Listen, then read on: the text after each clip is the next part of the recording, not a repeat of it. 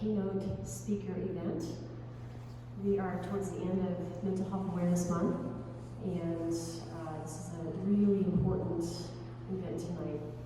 My name is Mary Closser. I'm a board member for Connect, so I'll be kind of facilitating tonight. Our mission is to create a well-informed, stigma-free community with access to mental resources for everyone.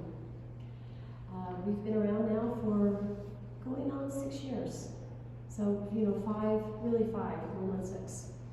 Our sponsors help us do this. We thank Healthy You. They've been huge with helping us engage rural and Spanish-speaking communities throughout this month. We thank the Park City Community Church for hosting tonight. Waldorf Astoria, Hyatt Centric, Este Pizza. Those are all some sponsors for Connect for Mental Health Awareness Month. So appreciative to help us do these events. Many of us in this room tonight most likely have a unique story, and every story is definitely unique, involving mental health, including addiction. No two stories are alike. My story started 6 years ago with my now 22-year-old son, and at that time I didn't even know what mental health was. So it was, a whole new path in life for me. And thank goodness Connect was just starting to evolve at that time. Because, like Steve, I felt like I was, quote, in his book, in an ocean with no land in sight. I had simply no idea what to do. I found my tribe through Connect, and I learned that there were a lot of similar stories out there. And I wasn't alone, and I wasn't embarrassed to talk about my son and the things he was doing and saying. Tonight we will hear from Steve Graham. He's author of Don't Forget Me, a Lifeline of Hope for those touched by substance abuse and addiction. Afterwards, we're going to have a discussion and QA with Steve and Ray Freer, one of Connect's founders. I'll tell you a little bit more about Ray in a bit. If anything comes up for anyone during this event tonight, please know that we do have counselors in the back. We have Wendy O'Leary. If you could please stand up. Wendy, she is Connect's Impact Director. And we also have USARA, Utah Support Advocates for Recovery Awareness, USARA, over there in the corner. And we also have another counselor, Laura Waterman, in the back. So just grab them and take off if you need to. We also have a private crisis line available in the back. Thanks again for joining us tonight. In person, yay, how good does it feel to be around people, right? Finally. Before Steve presents, I'd like to tell you a little bit about this remarkable man. He's been in the financial services business for 40 years. He was born in New York City and grew up in Paramus, New Jersey. Did I say it right? Where are you? How do I say it? Paramus. Okay, I knew I was going to mess that one up. He founded and is the executive director of the Chris and Kelly Hope Foundation, originated in 2012. To date, it has raised over $800,000 and helped over 150 organizations. Steve is a 4-time recipient of the Northwestern Mutual Foundation's National Community Service Award for his volunteer work with Gateway House, which is a clubhouse, which we're going to learn more about, and his work with Hope Foundation. He's also received several awards in South Carolina for volunteer community leadership. He's a graduate of Furman University, where he is a 2-time captain of a baseball, where he was a 2-time captain of the baseball team. Not anymore. He's the author of Don't Forget Me, which was published in February of 2020, so recently. Steve and his wife, Kathy, reside in Simpsonville, South Carolina, and we flew him out here for this special event. And lucky him, he gets to stay at Waldorf Astoria. So, Don't Forget Me is a story about being a parent, about loving someone struggling with substance abuse, and about loss on a scale that few can imagine. It's also a story about what comes next. And that is a lot about what we're going to learn about how this remarkable man has been able to move on in life. Please come on up. Tell us your story.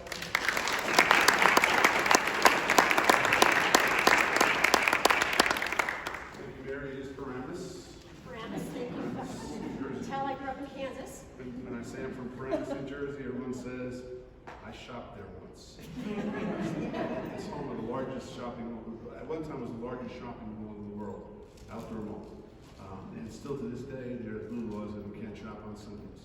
So it's kind of nice. It's a town of about 6,000 people that, and during Christmas holidays, it grows to about 2 million, 6 million people a day are at Paramus, trying to beat the sales tax from the states. So, but I really appreciate you having me here tonight. Thank you, Mary, for that nice introduction. I want to thank Deanna and Ellie, wherever you are, for the invitation. We've been working on this for a little over a year. We first started talking last March, so I'm glad you kept up with me, and you know how much I appreciate being able to do this. Last week I was interviewed by the local radio station and local television station, and I want to thank them. Christine Napier, I think is her name, and then Lynn from the radio station. Yeah, we had a great conversation, and that was very flattering. And I also want to thank the Waldorf Astoria. I've been here since Sunday, so I'm looking forward to this because you can only take so many hot tubs.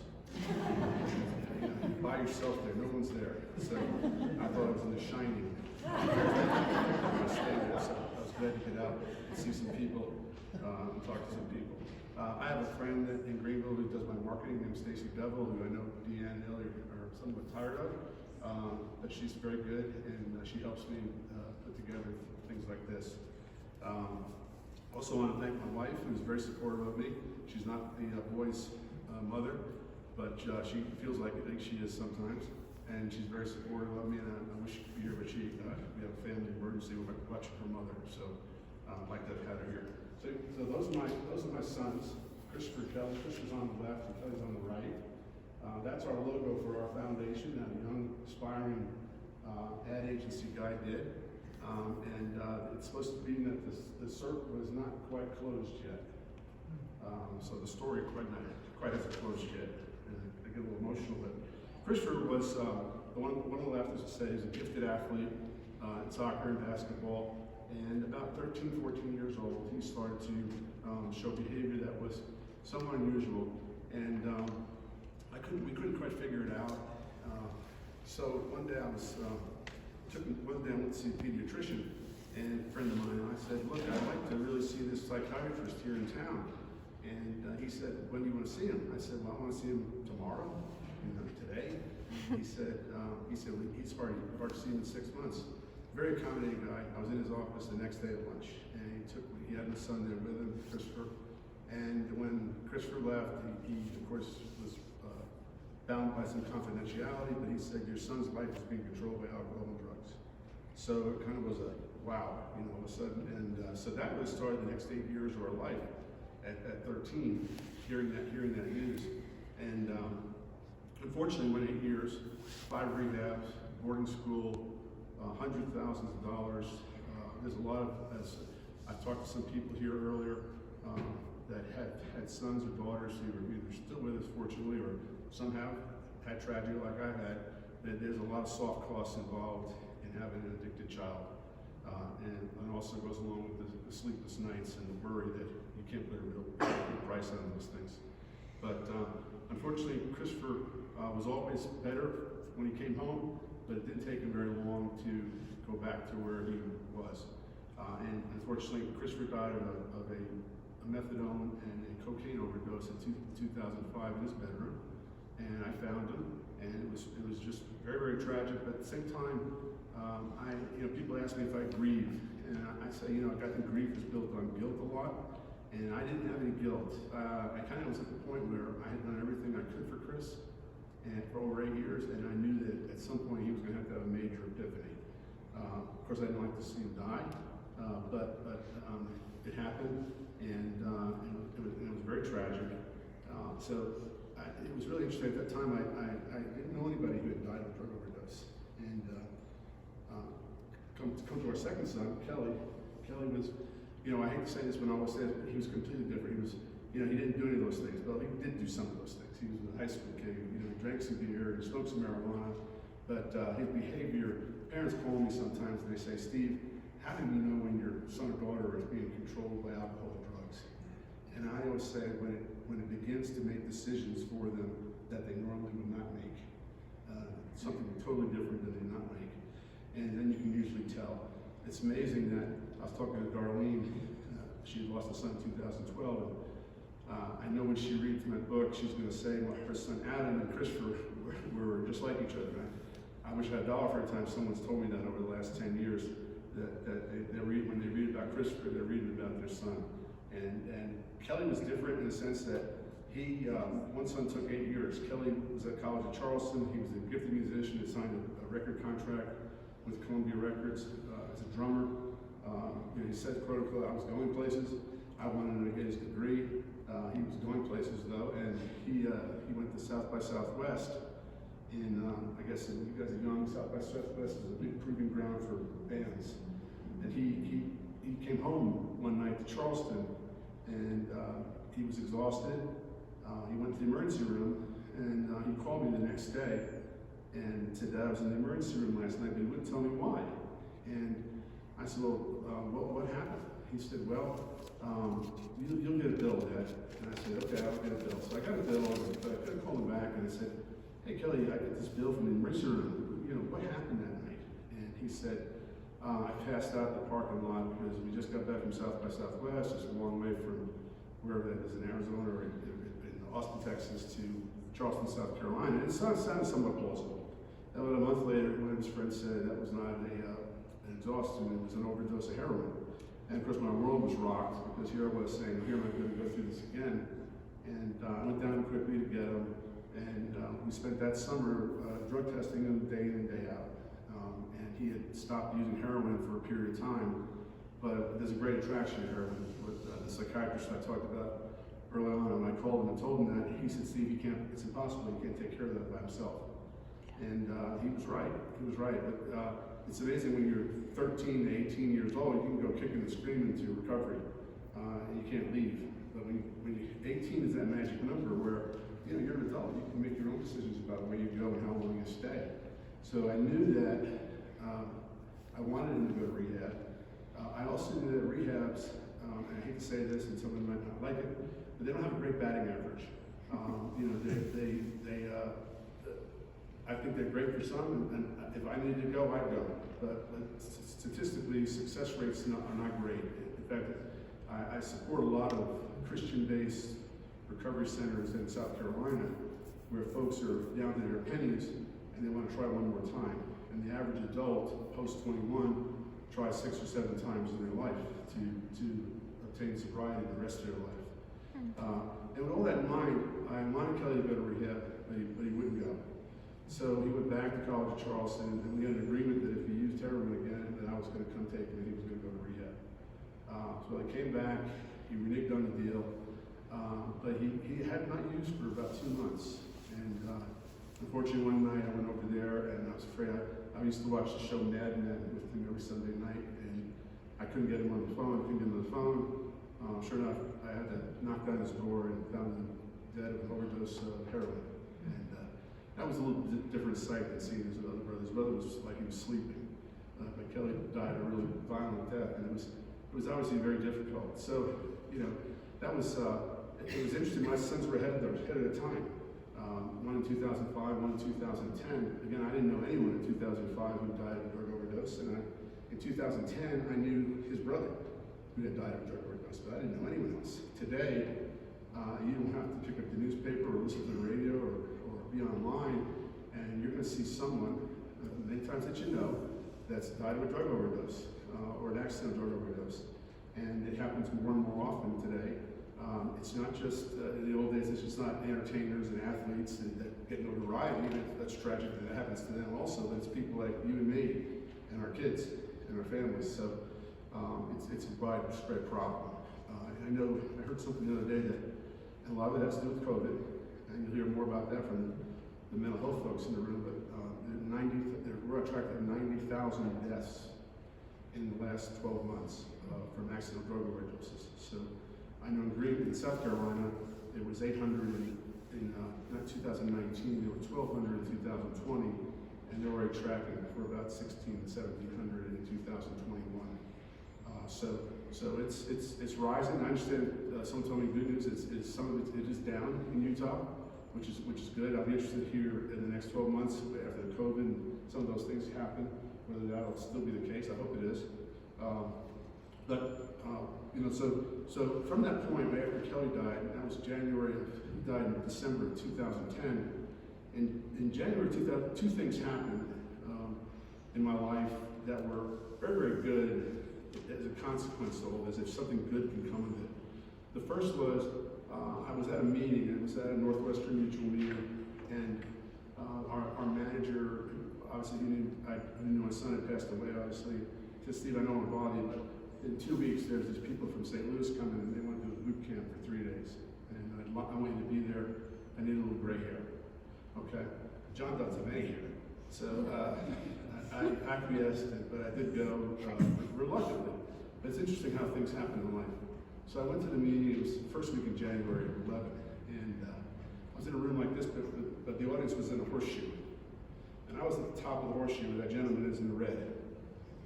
And these two guys from St. Louis, Ben Newman and John O'Leary, who today are world-renowned speakers. They speak around the world, and they were there. These two guys from St. Louis who just, were making their way. And I thought they were going to talk to us about how to be a better business people, how to sell more. And right away from the beginning, they used the G word, which you don't hear a lot in public, God. And they also said, we're going to talk to you about what your legacy is going to be like when you leave this life after these next 3 days. We want you to crystallize your legacy. Now, I wasn't the oldest guy in the room, but I was close. It was mostly folks your age, young people starting out in business. So that's a tough question for me. I can't imagine a 30-year-old thinking about what his legacy or her legacy is going to be when they leave this world. But it was interesting. I had no idea what my legacy was going to be that day. But they went around the room, and it was agonizing actually. But they got to the guy in the red there, it was me, and he said, I stood up and I said, I think I want to do everything I can to help adolescents and young adults who are struggling with addiction, substance abuse, and mental illness. And that's exactly what I said. And I don't know how I said it or why I said it. I think the Lord was looking over at me because something, a half an hour before that I was in the parking lot, parking my car, thinking about what I had to do next. It wasn't about my legacy in life. So those 3 days were very interesting, but it just happened there. So I sort of drew a line in the sand that day. And about 6 or 8 months later, I went to the Community Foundation at Greenville and said, hey, I want to start a foundation. How much money do you have, Steve? I don't have any money. I don't have any money.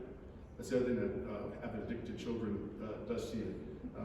It kind of will drain you if you really put everything you can into it. And we did. We left it on the field for both of them. So I said, Bob Morris says, Bob, hey, I don't have any money. He said, well, we don't have anything under our umbrella of funds that addresses this situation.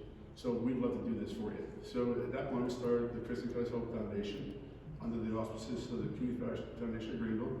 And I do it very part-time, but we raised about $800,000, maybe a little bit more, as of yesterday. I think there's $1,600 in my bank account today, because whenever someone asks for something, I try to give it to them. And it had to be 501c3. I started out initially as not wanting to help individuals, because individuals are expensive. And you don't really have anybody there to vet them properly for me to feel obligated to help them. But I started when South Carolina cut their budget in 2008, like a lot of budgets were cut for social service things. A voucher from the mental health department to these rehab facilities was cut. It was a $1,000 voucher. So they approached me about being the person to do that $1,000 voucher. So I started doing the $1,000 voucher to these folks who, at the end of the day, let's face it, the family's tired of them. Their friends don't care for them anymore. They don't have real friends like they say they do, but they don't. And they need somebody. And it's been very gratifying to help somebody, who's trying. I get some very nice letters from folks. Not everybody makes it, obviously, but it's good to try to help people figure it out one more time. The other thing that, of course, is one of the reasons I'm here. The book's done well, but I'm here because of the book, because of Don't Forget Me, and and I'm real proud of it. It took quite a while to write it. I had a lot of folks say to me, Steve, you need to write a book. And I think it had to do with the fact that both my sons had the same outcome, but they took two completely different ways. The other thing is, I wasn't hearing too much about people losing their only two children to this. It does happen. It has happened to other people, and it's a terrible story. But it's interesting in the sense that one took 8 years and one took 8 months. One did cocaine and methadone, one did straight to heroin, and it's a good story. I know some of you have the book. I'm glad to sign it later. But the book is, as we said, it's a story about when I was writing it. The difficult part is I had an easy time telling the stories. I also kept every single doctor's report they ever had. Christopher had always went to the doctor. He grew up as a son of someone who, 5 years old, his teacher said he'd be Ritalin right away at 5 years old to go to school. And Ritalin became Adderall. Adderall became something else, and then became something else until he was someone who had a drug for every problem he had. In fact, I called him a pharmacist at times because he knew more about medicine than I ever thought about it. And so it was interesting the way they do it. And the book came out in February 2020. It was actually 8 weeks Amazon's #1 bestseller in the drug and alcohol category. And then of course the COVID hit. And when COVID hit, things got set. In fact, there was an article in the Wall Street Journal that week, and that's how Deanna, I think, and your group found out about me, along with like a couple hundred others. And I've been invited to a lot of places, and it never happened. So I'm glad it's happening now, and that we're all getting out and hearing these stories, and I think that's only going to raise awareness, because that's all I'm really about, is making people aware of my situation. But the book is great in the sense that it tells a story that's unique to my family, but when people read it, they say, wow, that's my son, that's my daughter. The other thing it was, is someone kept saying, Steve, you got to tell the why. And I didn't really understand the why, because I'm a father, I'm not a clinician. So I went and got James Campbell, James is a pretty well-known clinician. He's in South Carolina. He's written a couple of books. But I went to him and said, James, would you mind me telling you the story and you say why? You know, why do you start making poor decisions? How does it affect your brain? All these kind of things that we go into in the book, and really made it good, because you know when Michelle Obama writes a book, it doesn't really matter what the why is. She can sell 10 million books. So I needed to figure out how I can sell books to help people. And every book I sell goes back to the foundation, so we can help people like Connect Summit and 150 other groups that we've helped. I don't want to rush to closing, but one of the interesting things that happened 2 weeks ago while we were getting ready for this meeting on the phone, I didn't realize I was going to be doing this in conjunction with Summit Clubhouse, Connect Summit Clubhouse. And my background was, when I first came to Greenville, the insurance guy, you got a network, you do all these things. I want to join a service club, or I want to join Kiwanis or Rotary. And one of my friends said, they're looking for some people to be on the Mental Health Association board, Steve. So I said, sure. I didn't really know anything much about mental health. I knew that my mother struggled with bipolar disorder. She also was alcoholic, but she never could figure out the balance of those two, which was impossible. So having that little bit of knowledge, I said, sure, I'll be on that board. Well, I ended up in the board for about 10 years. I was president twice. Really a great group. They were run by United Way organization. And during that time, somebody on the board had to be on the board of this new clubhouse that was being designed in Greenville, South Carolina, called the Gateway House. And the Gateway House today, as Amber will come up here and tell you in a little bit, she's going to agree with me. Where's Amber? I'm looking for Amber. She'll agree with me. Gateway House today is one of the model clubhouses in the world. In fact, it's a world training base, and we've just completed a huge. I'm an emeritus board member, but we've just completed a huge addition to our existing clubhouse right across the street, and it's a wonderful program. We serve about 130 to 150 fellows, gals a day that come in. They have jobs in the community. We provide housing for them. But the clubhouse is an interesting thing. So I was on the board for about 5 years, and we always went to the board meeting at night, so I never went to the clubhouse and saw how it worked during the day. So I went to Fountain House, and everyone will tell you Fountain House is the mecca of clubhouses in New York City. So I went there for 2 weeks to train, and what I realized when I walked into Fountain House, I couldn't tell who the member was and who was working there. And that's the whole concept of the thing. And here it was 5 years I was on that board in Greenville, I never realized that was how it worked. So it was really, really neat, and it really galvanized my spirit in the mental health movement. And one of the things that I just loved when I was on the phone with Deanne and Ellie, it was the word I heard a couple of times, abundance, and I heard awareness. And I think it's just great where you can have two groups to be abundant and to try to solve problems that they both face. And so many times I've seen places and it really bothers me where it gets very turf-driven and territorial, and that's not the way it should be. It's not the way it should be.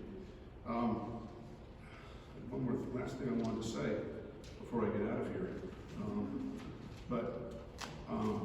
I never leave any place, I never come any place without giving something. So I have a little gift from Chris and Kelly's Hope to both your organizations. And I wish it was bigger, but that's where we start though, right?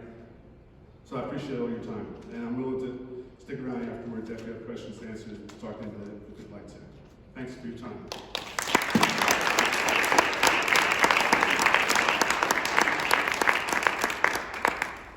Thank you so much for that. The strength that this man has to move on with life is just unbelievable, and then go on to tell his story. Just out of curiosity, if you could raise your hand if you've read the book. Okay, so quite a few of us have. All right, so probably half the room. It's definitely a good read, just to, it's life. So before Ray and Steve chat, and this is going to be a great conversation, no doubt, I'd like to bring up the Summit County Clubhouse. This is Amber McKay. She is the executive director, and she's going to tell us a little bit about this and show us a quick video. And I'd also love to get Darlene from USARA, if she could come up and talk to us too about their organization. So, do you want to come on up?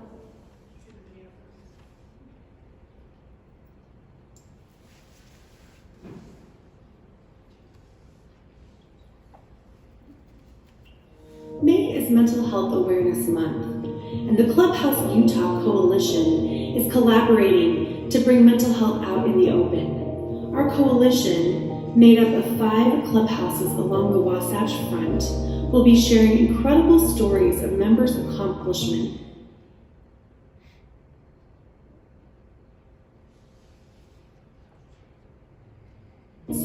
hope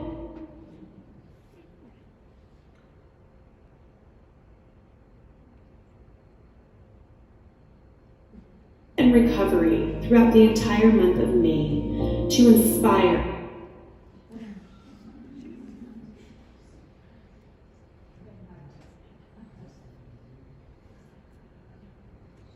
and remind us that our members are achieving lifelong success with the help of their clubhouse communities.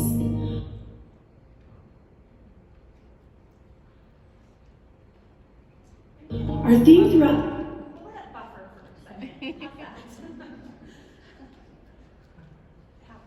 You have to have one in every event, right?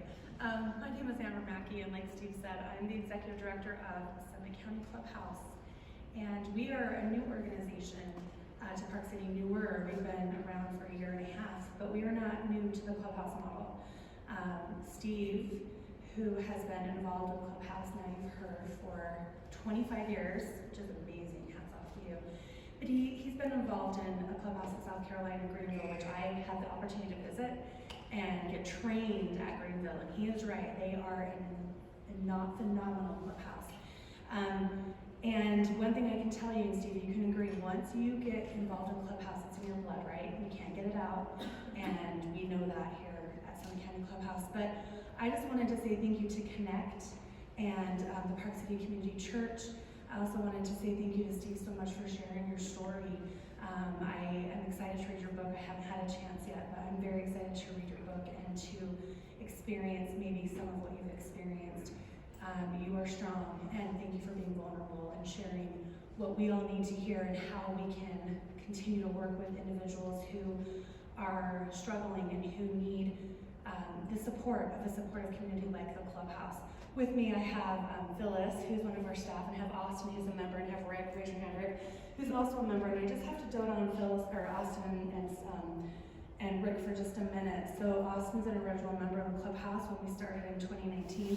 Rick came just a couple months later, and they are so wonderful. They're my friends, they're my colleagues, they're in mental health recovery. They have been able to have incredible successes of employment and education, community, friendship, and they both work in the community. Rick, in fact, is the first member of the Mobile Crisis Outreach Team here in Summit County and Wasatch County. He started in February as the very first peer support specialist for that, and he is doing a phenomenal job. And I can tell every day that I talk to him that he is enjoying what he does. And like Rick told me the other day, he said, I'm doing God's work. He's going out and supporting individuals who are in mental health crisis to give them the support that they need.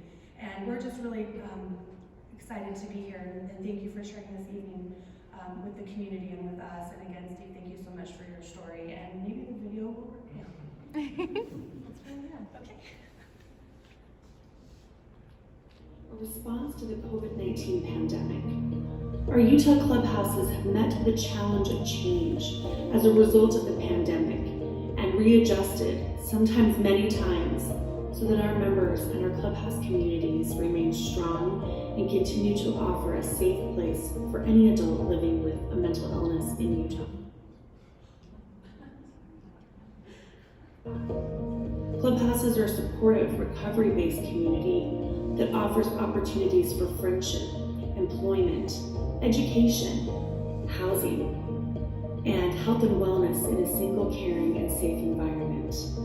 The 5 Utah clubhouses follow the Clubhouse International model of psychosocial rehabilitation, a highly successful, evidence-based, and time-tested model that has developed over more than 70 years in 32 countries. We invite you to take time to stop into a clubhouse near you and experience the restorative environment that is bringing renewed hope to hundreds of Utahns who are striving for positive mental health.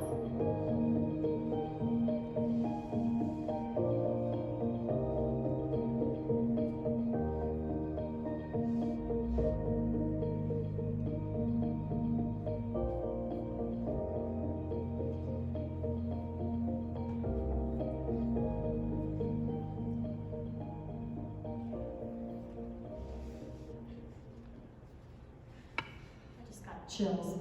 Marilyn, do you want to come up and tell us about your story?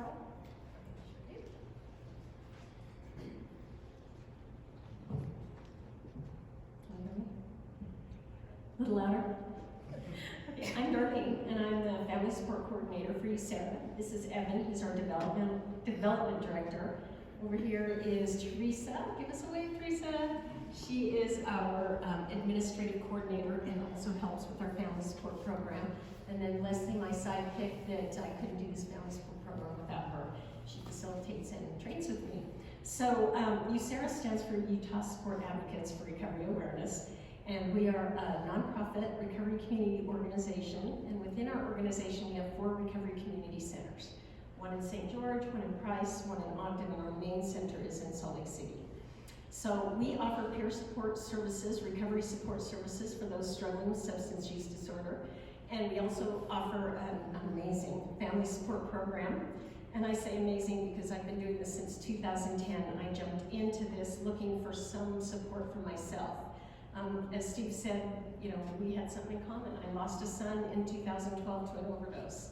And about 2 years before that, I found this program, and it literally saved my life. It helped me learn how to interact in a positive way with my family members that were struggling with substance use. I did lose my son, but he's my inspiration to push this program everywhere. So it's called the CRAFT, Community Reinforcement and Family Training. Don't focus too much on that big red word. That's kind of the eye catcher. When people see it, that brings their eyes to the book. We focus on the subtitle, Alternatives to Nagging, Pleading, and Threatening. And that's what we do as family members. We nag, we plead, we threaten, we try to negotiate recovery. We try to do everything to get them to stop. Not because it works, but it's all we have. So the program we offer, we give you a book, and we've written a workbook with more updated language. This is an older book, but it's a great book. So we've written a workbook to go along with it that has the newer updated recovery language, and it also has activities that family members can work through. So it's a 12-week class. We offer the 12 weeks. We go through a chapter of the book each week. We don't charge for our class or our materials. We're funded through the state through a grant. So family members can get that help. Like I needed that help when I first came to this group and they told me I had to buy a book for $13. I didn't have $13 to buy this book. And that was back in 2010. So one thing we made sure was that family members shouldn't have to pay for materials to get the support that they need. So before COVID, we had 17 groups in 12 different Utah counties, and then COVID hit. So we even had one up here at the Park City Hospital. So once COVID hit, we kind of moved our groups online, and now we're opening up some more in-person classes. We can be found at myusara.com, myusara.com. We've got some materials over here if you're interested in that, but did I leave anything out? None of us are clinicians. Leslie and I were retired first grade teachers. And all of our facilitators that run these groups are all family members with that lived experience that have been through the program and it worked for them, and they've turned around and are volunteering their time to help others that are struggling. So I'll stop there. We're all online.